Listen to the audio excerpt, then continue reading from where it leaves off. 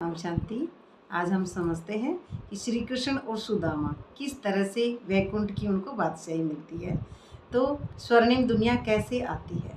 तो स्वर्णिम दुनिया बुद्धि में क्रिएट करनी है, बुद्धि में उसकी हमको रचना करनी है।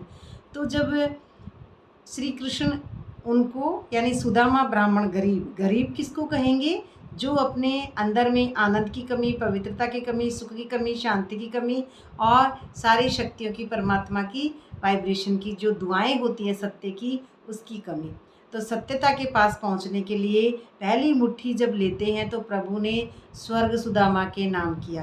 पहली मुट्ठी माने ब्रह्मा के ज्ञान द्वारा हम जब अपने अंदर में अंतर्मुखता में जाके सतो प्रधान सृष्टि का जो फाउंडेशन है वो हमारे अंदर बीज पड़ता है। तो पहली मुट्ठी वो होती है। दूसरी मुट्ठी जो वो होती है जब परमात्मा उसमें क्या कहते हैं दूसरी मुट्ठी में कि पृथ्वी लोक का वैभव मित्र को सौंप दिया।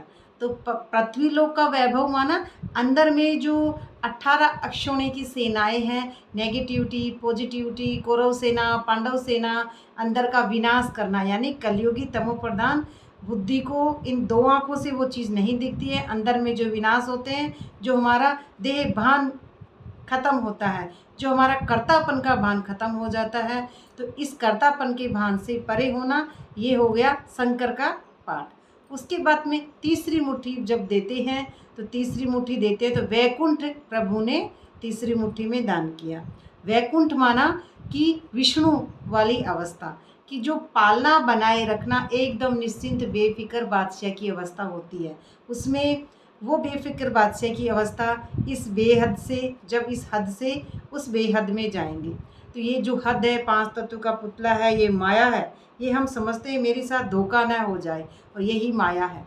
ये धोखे की दुनिया से परे जाना, बेहद में जाना और ये माया के बंधन को छोड़ना, माया का बंधन सारा ही छोड़ना, इसे कहेंगे देवभान, कर्तापन का भान। संपूर्ण समर्पित परमात्मा पे जब आत्मा होगी कंबाइंड स्वरूप में, तब विष्णु का पाठ शुरू होता है। उसे कहते हैं स्वर्णिम दुनिया, स्वर्णिम बादशाही मिलना, बेफिक्र बादशाह होना, निश्चिंत बुद्धि होना। इसे कहेंगे कि हम उस अवस्था पे परमात्मा की जो निरंतर आत्मिक स्मृति है उसमें टिकना।